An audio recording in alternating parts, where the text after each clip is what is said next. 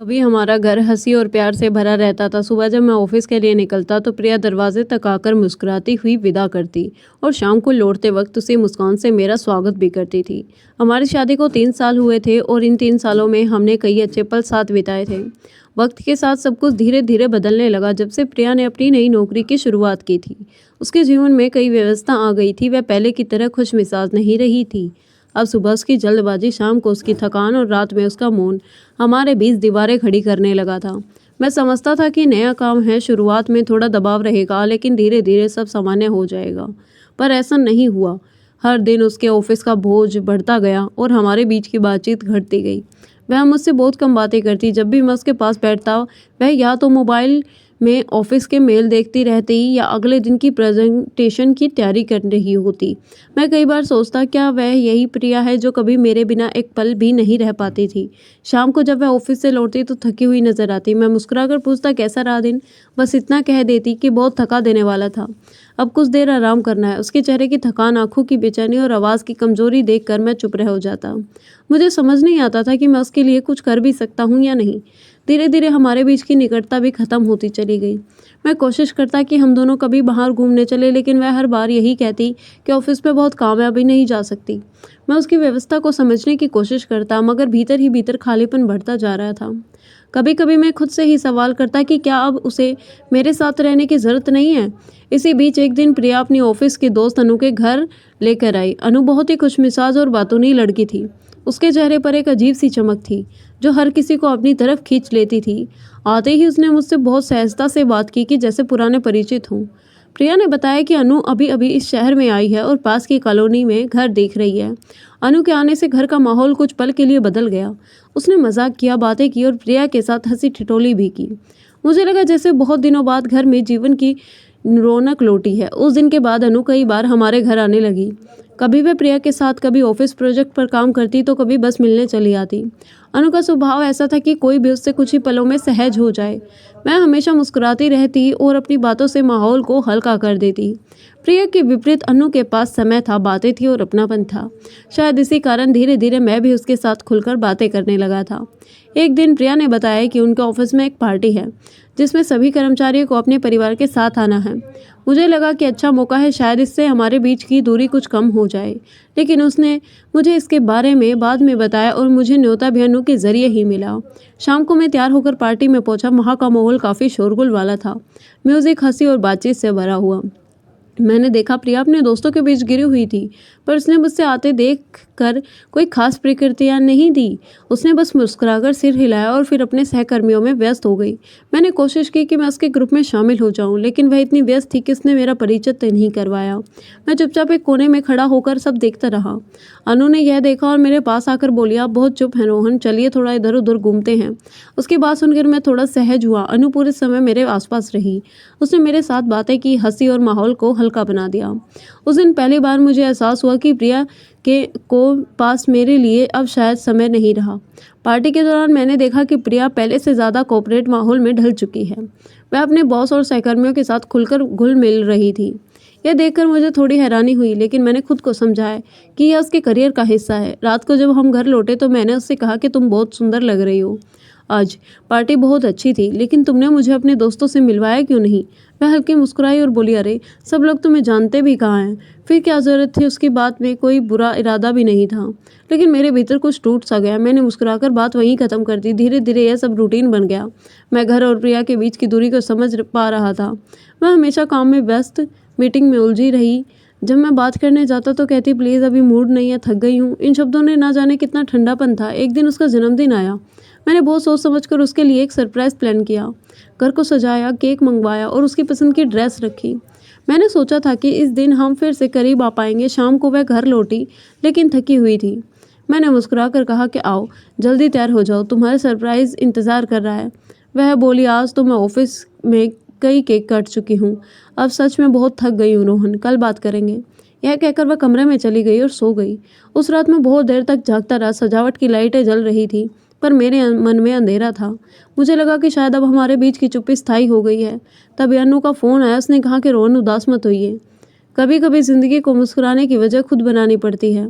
कल मैं आती हूँ, थोड़े घर संभालने में मदद कर दूंगी।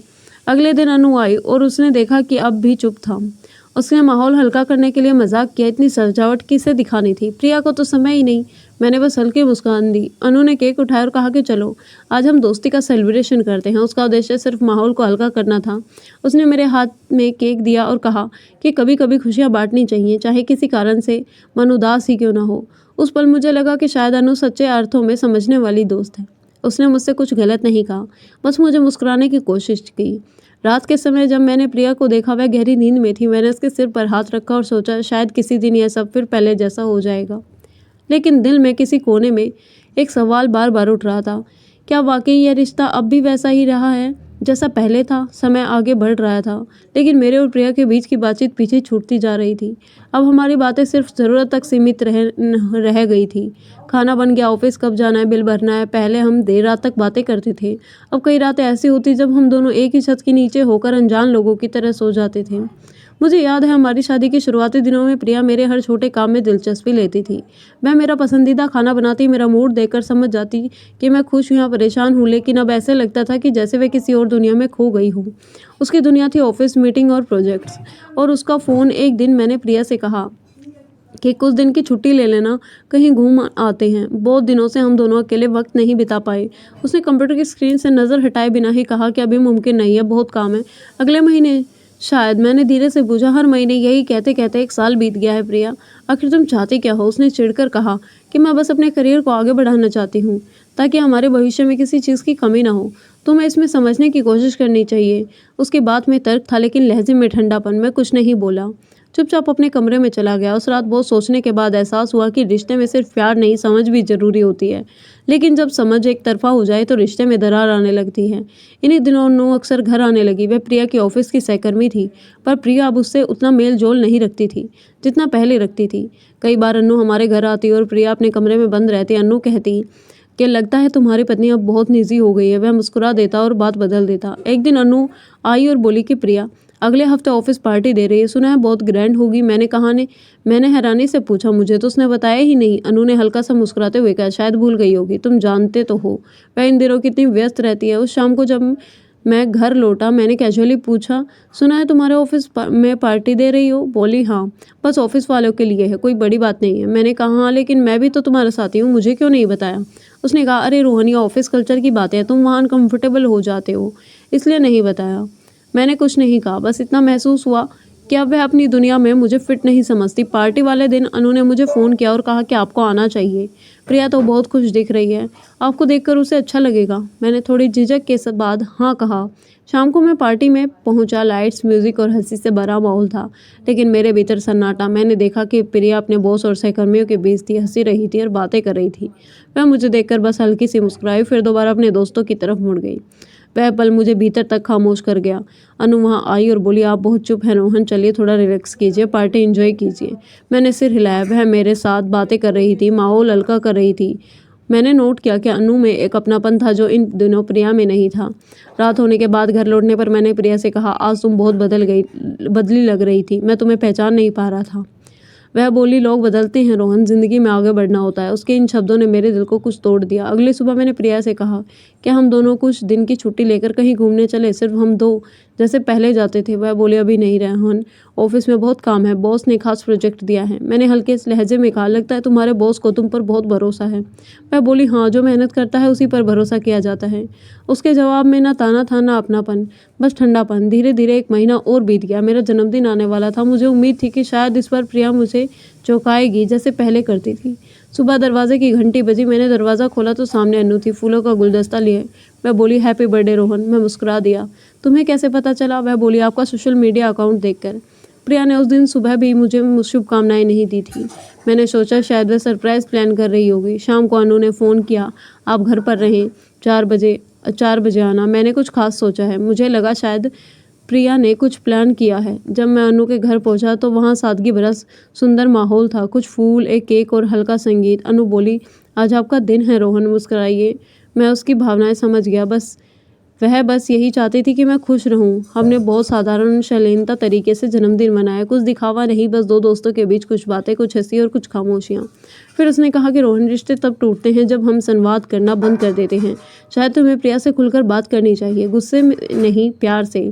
उसकी बातों में गहराई थी। रात को जब मैं घर लौटा, प्रिया वहाँ नहीं थी। थोड़ी देर बाद उसका फ़ोन आया, आज ऑफिस में बहुत काम है, मैं एक दोस्त के घर रुकूंगी। मेरे अंदर जैसे कुछ ठहर सा गया। मैंने जन्मदिन की उसे याद नहीं रही थी। चुपचाप बालकनी में बैठ गया। शहर की रोशनी दूर तक चमक रही थी। मेरे अंदर का अंधेरा गहराता जा रहा था। उस रात पहली बार मुझे एहसास हुआ कि जब रिश्तों में एक इंसान रुक जाता है तो दूसरा आगे बढ़ता चला जाता है और दूरी खुद ब खुद बन जाती है। मैं अब भी इससे प्यार करता था, लेकिन वह प्यार अब एक तरफा हो चुका था। उस रात जब प्रिया का फ़ोन आया तो वह ऑफिस के काम में व्यस्त थी और रात वहीं रुक जाएगी। मैंने कहा कि बस ठीक है। पहले जहाँ मैं उसकी चिंता में बेचैन हो जाता था, अब मन में एक अजीब सी थकान थी। प्यार अब भी था, लेकिन भरोसे जैसा कहीं खो गया था। रात के 2 बजे तक मैं बालकनी में बैठा आसमान देखता रहा। मन में एक ही सवाल घूम रहा था, क्या वाकई ये रिश्ता अब सिर्फ अनौपचारिकता रह गया है? अगली सुबह दवाइयों की दरवाजे की घंटी बजी। सामने अनु खड़ी थी। उसके हाथ में एक लंच बॉक्स था। वह बोली, सुना है कल तुमने कुछ नहीं खाया था, इसलिए सोचा कि कुछ बना लूँ। मैंने मुस्कुरा दिया। तुम्हें कैसे पता चला? वह बोली, कभी कभी चुप्पी बहुत कुछ कह देती है। रोहन, उसकी बातों ने दिल छू लिया था। मैंने उसे अंदर बुलाया। वह रसोई में गई और मेरे लिए खाना परोसा। सादा, घर का जैसे स्वादा। कई हफ्तों बाद मुझे खाने को मिला, जैसे किसी ने मेरी थकान को समझा हो। हम बैठे बातें करने लगे। अनु बोली कि क्या कभी तुमने प्रिया से खुलकर बात की है, अपने मन की? मैंने कहा, कई बार कोशिश की, लेकिन हर बार वो टाल जाती। जैसे लगता है कि उसके करियर के बीच आना चाहता हूँ, जबकि मैं बस उसका साथ चाहता हूँ। अनु कुछ देर चुप रही, फिर बोली, कभी कभी हम जिस इंसान से सबसे ज़्यादा उम्मीद करते हैं वही हमें सबसे ज़्यादा अनदेखा कर देता है। पर रोहन, अगर तुम सच में उससे प्यार करते हो तो एक बार फिर कोशिश करो। इस बार गुस्से से नहीं, अपने दिल से। उसकी बातों ने मेरे मन को हलचल पैदा कर दी। मैंने तय किया कि इस बार मैं हार नहीं मानूंगा। रात को जब प्रिया लौटी, मैंने उससे कहा कि हमें बातें करनी है। अभी वह बोली, मैं बहुत थक गई हूँ रोहन, प्लीज़। मैंने कहा, नहीं, अब और टालना नहीं। बस चुपचाप सोफे पर बैठ गई। मैंने गहरी सांस ली और कहा कि प्रिया, जब तुम मेरी ज़िंदगी में आई थी तो मैंने सोचा था कि अब मुझे सब कुछ मिल गया है, पर अब लगता है कि मैंने तुम्हें खो दिया है, जबकि तुम यहीं हो। मुझे तुम्हारे करियर से कोई दिक्कत नहीं, बस तुम्हें समय और प्यार की कमी खलती है। कभी सोचा है कि आखिरी बार हमने साथ बैठकर हंसना खाना कब खाया था? वह कुछ पल चुप रही और फिर बोली, मुझे पता है मैं बदल गई हूँ रोहन, पर यह बदलाव हालतों ने लाया है। जब मैं ऑफिस में अपने भविष्य को संवारने में लगी रहती हूँ तो सोचती हूँ कि मैं ये सब हमारे लिए ही कर रही हूँ, पर शायद मैं ये भूल गई कि उस हम में तुम भी शामिल हो। उसकी आंखों में नमी थी। मैंने धीरे से कहा कि अब भी वक्त है प्रिया, हम दोनों फिर से शुरू कर सकते हैं, बस एक बार दिल से कोशिश करनी होगी। उसने सिर झुका लिया। उसके बाद वह चुपचाप अपने कमरे में चली गई। मैं नहीं जानता था कि उसने मेरी बात को कैसे लिया है, लेकिन दिल में थोड़ी उम्मीद लगी। अगले कुछ दिनों तक प्रिया थोड़ा सामान्य रहने लगी। वह मुझसे बातें करती, कभी साथ चाय पीते। मेरी हर छोटी बात पर नाराज़ होना छोड़ दिया। जैसे जैसे हम थोड़ा पास आने लगे, वैसे ही अनु ने घर आना कम कर दिया था।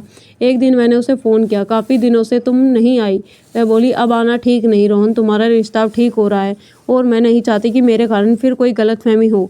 कभी कभी किसी कहानी में किरदार सिर्फ राह दिखाने के लिए आते हैं, हमेशा साथ रहने के लिए नहीं। उसकी बात सुनकर मैं कुछ पल के लिए चुप रह गया। फिर बोला कि तुमने मेरी ज़िंदगी में जो किया उसके लिए शुक्रिया। तुमने मुझे मेरी गलती दिखा दी। वह बोली, नहीं रोहन, तुम बस अपनी भावनाओं में उलझे थे।